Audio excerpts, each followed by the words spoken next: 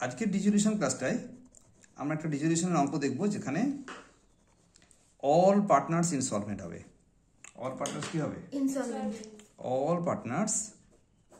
তো ভাই একজন নয়, দুজন নয়, একজন হলে তো আমরা গানের ভাষায় মারে অ্যাপ্লাই করতে পারি বা ইন্ডিয়ান রুল ক্যাপিটাল রেশিওতে ভাগ করতে পারি। বাট সবাই যখন গোল্লাই গেল তখন কার টাকা কে দেবে? তো ভাই তোর টাকা আমি কি করে দেবো? আমি তো গোলে গেছি। এ বললো কি তোর টাকা আমি কি করে দেবো? আমি তো গোলে গেছি। বি বললো আমি বা কি করে বল, আমি তো গোলে গেছি। তো কেউ কারো টাকা আর বিয়ার করতে পারছে না, এমন একটা অবস্থায় all partner insolvent. All partner ইনসলভেন্সির একটা অঙ্ক। যখন কেউ দিতে পারছে না, যারা ধার দিয়েছিল তারা তাহলে লস খাবে। যখন কেউ দিতে পারবে তখন কে লস খাবে? যারা ধার দিয়েছিল। যারা ধার দিয়েছিল তাদেরকে আমরা ছোট করে বলি ক্রেডিটর্স। ক্রেডিটর্সরা লস খেলো, আর সেই লসটাকে আমরা ডেফিসিয়েন্সি বলে একটা অ্যাকাউন্টে ট্রান্সফার করে দেবো। আমরা শেষমেশ ডেফিসিয়েন্সি খেয়ে কোম্পানি বন্ধ হলো। ঘাটতি খেয়ে ডেফিসিয়েন্সি, তাহলে দুখানা কথা এলো, একটা ক্রেডিটার্স অ্যাকাউন্ট এলো আর একটা ডেফিসিয়েন্সি অ্যাকাউন্ট এলো। এই ক্রেডিটার্সের টাকাটা নিয়ে গিয়ে ডেফিসিয়েন্সি অ্যাকাউন্টে দিয়ে দিলাম। ভাই তো তোমার গল্প আমার গল্প শেষ। কেন কি কোনো অ্যাকাউন্টে আমার এখানে ব্যালেন্স সিডিবিটি রাখা যায় না। তাহলে আমি নর্মাল যে অ্যাকাউন্ট জার্নালগুলো হলো, কি বলে অ্যাকাউন্টসগুলো হলো, তার সঙ্গে আবার আরও দুটো অ্যাকাউন্ট খুলে যাওয়ার অঙ্কটাকে বলা হয় অল পার্টনার্স ইনসলভেন্সির অঙ্ক। একদম ক্লিয়ার? তাহলে একটা অঙ্ক নেওয়া যাক। এই বইটার 22 নম্বর এক্সাম্পলে all partners insolvent, A and B আর equal partners. Fine. Balance sheet দিয়ে দিয়েছে আমাকে এরকম ভাবে। আর কথা বলতে হবে, আমাকে অ্যাসেটগুলো দিয়ে দিয়েছে 1 2 3 4 অ্যাসেট আছে, তারপরে ক্যাশ আছে আর ব্যাংক বি এর একটা ড্রয়িংস আছে ডেবিটে। তো এটা একটা গল্প যে বি এর একটা ড্রয়িংস আছে, অ্যাসেট তো থাকবেই।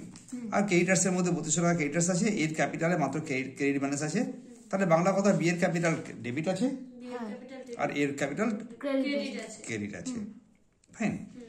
এই অ্যাসেটগুলো বাজারে নিয়ে গিয়ে বিক্রি করা হলো। কোশ্চেন তো কথা হচ্ছে আমাদের এই অ্যাসেটগুলো কোথায় গিয়ে বিক্রি করা হলো? বাজারে নিয়ে গিয়ে বিক্রি করা হলো। মেশিন বিক্রি করে 600 টাকা, ডেটার্স বিক্রি করে 400 টাকা, ফার্নিচার বিক্রি করে 100 টাকা আর স্টক বিক্রি করে 300 টাকা পাওয়া গেল। দ্য এক্সপেন্সেস ফর রিয়ালাইজেশন হয়েছিল, পুরো কাজটা করতে গিয়ে 140 টাকা দিয়ে এক্সপেন্সেস হয়েছে। এর private estate is not sufficient to even to pay his private debt. এ বলছে আমার নিজস্ব যে ধার আছে সেই ধারটা আমি আমার টাকা থেকে দিতে পারি না, তার মানে ও ইনসলভেন্ট হয়ে গেল। Whereas in B's private estate there is a surplus of 140 only. B এর হাতে যা টাকা পয়সা আছে সব ধার দিয়ে সে মাত্র 140 টাকা বিজনেসকে ফেরত দিতে পারবে। কত টাকা বল? 140 টাকা। তুমি এই বইটাকে ক্লোজ করে দাও। কি মুশকিল কথাবার্তা, এও টাকা দিতে পারছে না, বিও টাকা দিতে পারছে না। এই অবস্থায় এই অ্যাকাউন্টটা কি করে কমপ্লিট করবো, এই ছিল প্রশ্নটা। তো আমি নিশ্চয়ই এই বাঞ্চ অফ অ্যাসেটকে ধরবো আর একটা অ্যাকাউন্ট খুলবো, তার নাম রিয়ালাইজেশন অ্যাকাউন্ট। তার লেফট সাইডে গিয়ে লিখবো, তার নাম একটা অ্যাকাউন্টগুলো খুলে নিই। কি একটা অ্যাকাউন্টের নাম কি বললাম? একটা হলো রিয়ালাইজেশন অ্যাকাউন্ট, ছোট করে দাগ কাটছি। আর তারপরে কি আছে? আমরা ক্যাপিটাল করি, তারপর আমরা ক্যাপিটাল করি, তারপর ক্যাশে যাই না। তারপরে ক্যাপিটাল করলাম, তার রিয়ালাইজেশন করলাম, করার পরে একটা ক্যাপিটাল। ক্যাপিটালে কজন লোক ছিল বলো? দুজন লোক। দাগটা কি ভিডিও না দেখে ভিডিওটা রেখে কাটি, না ভিডিও বন্ধ করে কাটি? চলো দাগটাও থাক ভিডিওতে। তাহলে কটা ক্যাপিটাল কটা হলো বলো? দুটো ক্যাপিটাল অ্যাকাউন্ট করলাম, রাইট? এরপর আমরা একটা ক্যাশবুক খুলবো, যেমন হয় সবসময় যেমন করি আমরা সেটাই করছি। তাতে একটা সুবিধা হলো কি, নর্মাল টাইপের অঙ্ক আরেকবার দেখা হয়ে গেল। এটা করলাম কি ক্যাশবুক, তাই তো? আর কি আছে বল? যাকে পরে একটা ক্যাশবুক করবো, এগুলো তো করবোই করবো। এরপরে আর যেটা আর করতে হবে, আরো দুটো অ্যাকাউন্ট করতে হবে। একটা নাম হচ্ছে ক্রেডিটার্স অ্যাকাউন্ট, একটা ক্রেডিটার্স অ্যাকাউন্ট আর এটাকে একটা হচ্ছে ডেফিসিয়েন্সি অ্যাকাউন্ট। এই ডেফিসিয়েন্সি টাকাটা ওদের ক্যাপিটাল অ্যাকাউন্টে ট্রান্সফার করে দেবো শেষমেশ, দিয়ে পুরো অ্যাকাউন্টটা কমপ্লিট করবো। তাই হলো একটা ক্রেডিটার্স অ্যাকাউন্ট আর একটা ডেফিসিয়েন্সি অ্যাকাউন্ট। তো হেডগুলো বসিয়ে দিই।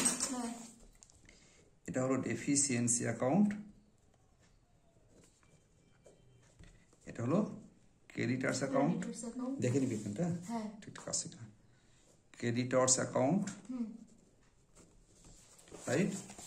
এটাকে বলেছিলাম রিয়ালাইজেশন অ্যাকাউন্ট, নট রিভ্যালুয়েশন। হ্যাঁ, রিয়ালাইজেশন অ্যাকাউন্ট, এটাকে বলে ক্যাপিটাল অ্যাকাউন্ট।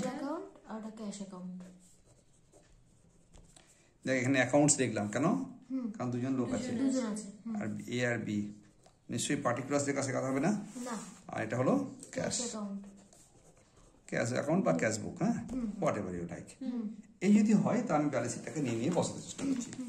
আমার ব্যালেন্স শিটে দেখানো আছে, আমার ব্যালেন্স শিটে কি দেখানো আছে দেখলাম, আমার ব্যালেন্স শিটে দেখানো আছে মেশিনারি ডেটার স্টক। কি দেখা আছে?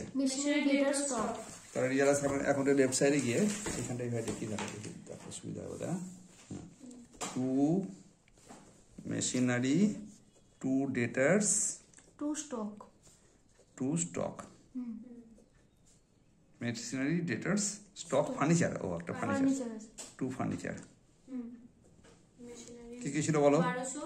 1200, ডেটার্স 500, স্টক 400, আর ফার্নিচার 300। এই টাকাটা আমি ট্রান্সফার করবো ফার্স্টে, কার কোনো অসুবিধা নেই। ভাই ক্রেডিটার্সকেও যাচ্ছিলাম ট্রান্সফার, ক্যাশটা ক্যাশ অ্যাকাউন্টে লিখে দিই, সঙ্গে সঙ্গে ক্যাশটা ক্যাশ অ্যাকাউন্টে গিয়ে টু ব্যালেন্স বিডি বলে আমি 180 টাকা লিখতে যাচ্ছি। লিখতে গেলাম বিয়ের ছিল ড্রয়িংস মানে ডেবিট দিকে, তখন আমি বিয়ের জন্য এই দিকে ব্যালেন্স লিখলাম, ব্যালেন্স বিএফ 1020। পাক্কা? যখন আমার এই সবটা হয়ে গেল তখন বুঝলাম আমার ব্যালেন্স শিটের রাইট সাইড ওভার। फाइन। এখন go to the left hand side. Left hand side में क्या पहले क्या है? क्रेडिटर्स। क्रेडिटर्स तो इधर लिखना पड़ेगा ना। क्रेडिटर्स तो एक्चुअली इधर लिखना था, বাই ক্রেডিটার্স এখানে লিখতে যাচ্ছিলাম কিন্তু লিখলাম না, কারণ কি আমি একটা অ্যাকাউন্ট খুলেছি, ক্রেডিটার্স অ্যাকাউন্ট। ভাই ওখানে তাহলে কি কাকে লিখবো? ওখানে কি ওই বল না ওখানে গিয়ে আমি ক্রেডিটার্স অ্যাকাউন্টে গিয়ে যদি ক্রেডিটার্সকে ওখানে লিখলাম তাহলে ক্রেডিটার্স অ্যাকাউন্টে কাকে লিখবো? ভূতকে লিখবো। 3000 কত লিখে বলো? 3200 টাকা লিখলাম। তাহলে আমি বলতে পারি যে এই ব্যালেন্স শিটেরও এই সাইড দুটো, এই সাইডটা হয়ে গেছে। এবার এই নিচের পোর্শন খুব কুইকে বলে যাও। এই নিচের পোর্শনে আমার বিক্রি বাটার কাহিনী বলা আছে। বিক্রি করে আমি কি কি পেয়েছি তাড়াতাড়ি করে বলো। ব্যাংকে কত পেয়েছি, বিক্রি করে কত পেয়েছি, ব্যাংকে কি কি পেয়েছি বলো। বাই ব্যাংকের তলায় কি পেয়েছি বলো? একটা মেশিনারি বিক্রি করেছি, ডেটার্স বিক্রি করেছি, আমার আগে যেহেতু স্টক লিখছি ভুল করে তাই স্টক লিখলাম ফার্নিচার। বলো মেশিনারি 600, মেশিনারি লিখলাম 600 টাকা, হ্যাঁ ডেটার্স 400, আর ফার্নিচার তো নেই, স্টক 300, ফার্নিচার 300 টাকা স্টক বিক্রি হয়েছে। ফার্নিচার মাত্র 100 টাকায় ফার্নিচার বিক্রি হয়েছে। ফার্নিচার ফুটো, তার মানে A for furniture, A for ফুটো। হ্যাঁ ফুটো ফার্নিচার 100 টাকায় বিক্রি হয়েছে ফার্নিচার, চিন্তা করুন আইডিয়া। তাহলে এগুলো বিক্রি করে দিলাম। আর বললো, আর কি বললো, আর রিয়ালাইজেশন এক্সপেন্সেস হয়েছে না একটা। রিয়ালাইজেশন এক্সপেন্সেস কোথায় যাবে বলো? এখানে টু ক্যাশ বলে রিয়ালাইজেশন এক্সপেন্সেস আছে একটা। টু ক্যাশ বলে realisation expenses, realisation 140, realisation expenses কিतना है বল? 140 টাকা। তাহলে আমাকে বল যে এখানে আর কি কি হলো। তাহলে এইগুলো সব এখানে দিলাম, আর রাইট সাইডে এইগুলো নিয়ে আমার ইনকাম হয়েছিল। তাহলে আর তো কোনো এখানে আইটেম পাচ্ছি না, এখানে আর কোনো আইটেম নেই। ক্রেডিটার্স যে ছিল 3200 টাকা, ক টাকা দিতে হচ্ছে তা বলিনি কোথাও। অদ্ভুত কথা একটা। ভাই তুমি এতজনকে যখন দিচ্ছ তখন ক্রেডিটার্সের ফিগারটা বলো, ইউ শুড টেল মি না। ওটা বলছে না, কেন বলছে না বলো? কেন ভাই? দেওয়া নেওয়া দেওয়ার কথা হচ্ছে, টাকা হাতে যা আছে শেষমেশ ক্রেডিটার্সকে দিয়ে দেবো। কি বলো বলো? শেষমেশ যেটুকু টাকা ওদের হাতে থাকবে সেটা কারা পাবে? ক্রেডিটার্সকে দেওয়া হয়ে গেলে তো পার্টনাররা পেতো, বাট ক্রেডিটার্সদেরই সবটা দেওয়া যাবে না। তাই ক্রেডিটার্সকে কত দেওয়া হয়েছে সেটাই অঙ্কে বলা থাকে না, অন্য অঙ্কে কিন্তু বলা থাকে ক্রেডিটার্সকে এত পে করা হলো। পাক্কা? এখানে বলা থাকছে না কেন? কারণ ওদের সবটা দিতে পারবো না এবং ঘাটতিটা ওদের ঘাড়ি চাপাবো। তো দেখা যাক, এগোনো যাক আমাদের। না তখন আমি এইটা যোগ করে কি পেলাম বলো? কত যোগ করে কত হচ্ছে? 2540। इधर जाओ 2540 আর 1140 হলো total by loss on realization. A আর বি হাফ হাফ করে পাবে, মানে এ আর বি কত কত হলো? ও এরা ভাবে হচ্ছে 570 570 যখন এটা এখানে লিখলাম সঙ্গে সঙ্গে ক্যাপিটাল অ্যাকাউন্টের লেফট সাইডে এরা চলে আসবে, হ্যাঁ সঙ্গে সঙ্গে ক্যাপিটাল অ্যাকাউন্টের লেফট সাইডে চলে আসবে। টু রিয়েলাইজেশনে আমার কাছে টাকা এসে যাবে 570 and 570, ফাইন। হ্যাঁ এইখানে ক্যাপিটাল অ্যাকাউন্টে আর আপাতত হবে কিছু আসে না। এখন আমি বললাম যে মিস্টার এ তুমি টাকা দাও, তোমার তো ঘাটতি আছে, হ্যাঁ এই তো লস খেয়েছো এখানে 570 টাকা, আর তোমার এখানে কিনা তোমার ক্যাপিটাল অ্যাকাউন্টে 400 টাকা ক্রেডিট ছিল কিন্তু টাকা দাও। এ বললো যে আমার যা টাকা আছে তাতে আমার নিজের ডেটি হবে না, আমি ওখানে কি দেবো? তাহলে এ কিছু দেবে না। কে দেবে না বল? এ দেবে না।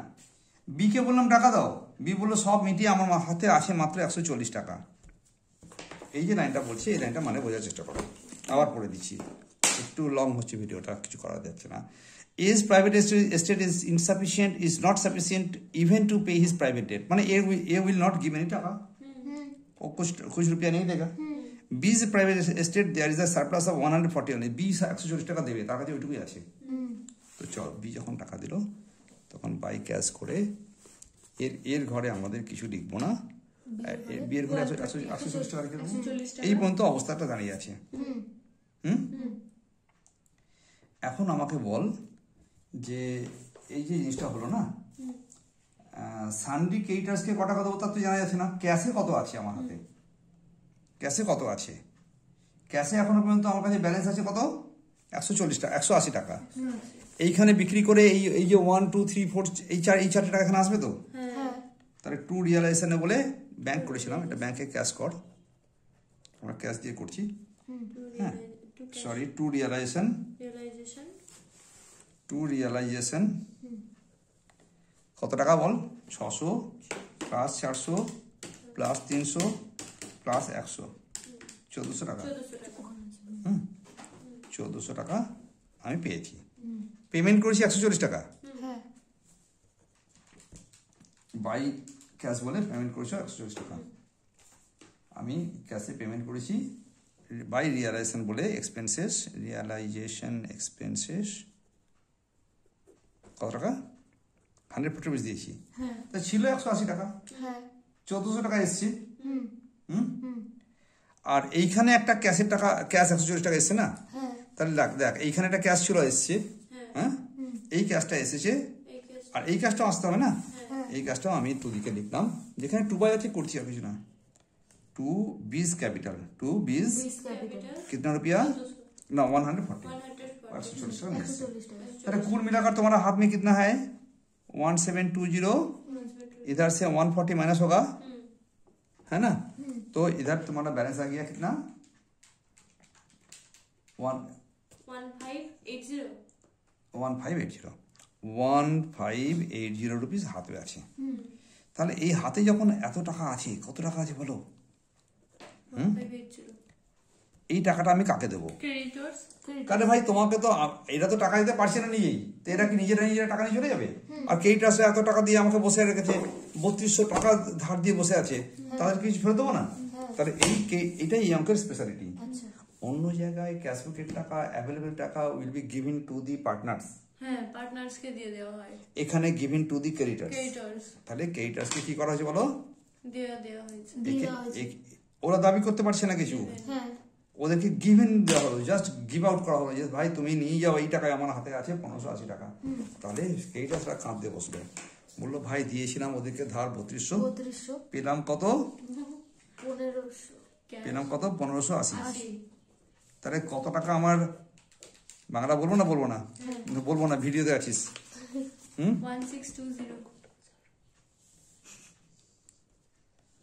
32 টাকা দিলাম, তাহলে কত টাকা আমার লস খেলাম নেট লেভেলে? 1620 আমার লস খেলাম। এই 10 টাকে আমাদের ভাষায় বলা হয় ডেফিসিয়েন্সি। কি বলে? To deficiency. कहानी खत्म भाई। इधर तो क्या लिखा क्रेडिटर्स के लेफ्ट साइड में डेफिशिएंसी, क्रेडिटर्स के लेफ्ट साइड में डेफिशिएंसी, तो डेफिशिएंसी के राइट साइड में बाय क्रेडिटर्स दिखेगा, है ना? তো এখানে এটা 1620 টাকা। এই যে ক্ষতিটা হলো, এটা কে বহন করবে? এটা দু ভাই মিলে বহন করবে। 2A B আর 2A আর 2B ক্যাপিটাল 2S আর S ক্যাপিটাল একদম ক্লিয়ার একদম হ্যাঁ এখানে কত টাকা হলো এই এক অশান্ত সমান, না এবার প্রশ্ন আছে আচ্ছা এইভাবে তো খেলাটা ওখানে কি করি আমরা যে এইখানে যেটা ক্যাপিটাল অ্যাকাউন্টে যে ব্যালেন্স বেরোতো সেটার সঙ্গে ক্যাশে ট্রান্সফার করে ক্যাশ মিলতো তাহলে এখানে দেখো যে তোমার কাছে এখন এইখানে যখন আমি এই যে দাবটা মানলাম না যে এখান থেকে সব নিয়েছি ক্রেডিটার্স নিয়েছি 3200 ক্যাপিটালের তো 400 টাকা ছিল সেটা নেইনি কিন্তু ভুল করে আমি ওটা নেবো এখানে বাই ব্যালেন্স বিএফ এ বাই ব্যালেন্স বিএফ এর কত টাকা ছিল 400 টাকা আমি বললাম না এর কাছে ক্রেডিট আছে এর কাছে ডেবিট আছে এর ব্যালেন্স নিতে ভুলে গেছিলাম তাহলে এখানে কত টাকা ব্যালেন্স আসছে দেখে নে 570 থেকে আমি বিয়োগ করলে এটা কত হলো এখানে 170 টাকা তাহলে এখানে কত হলো এখানে লেফট সাইড যোগ করলে কত দাঁড়াচ্ছে এখানে লেফট সাইড যোগ করলে 1590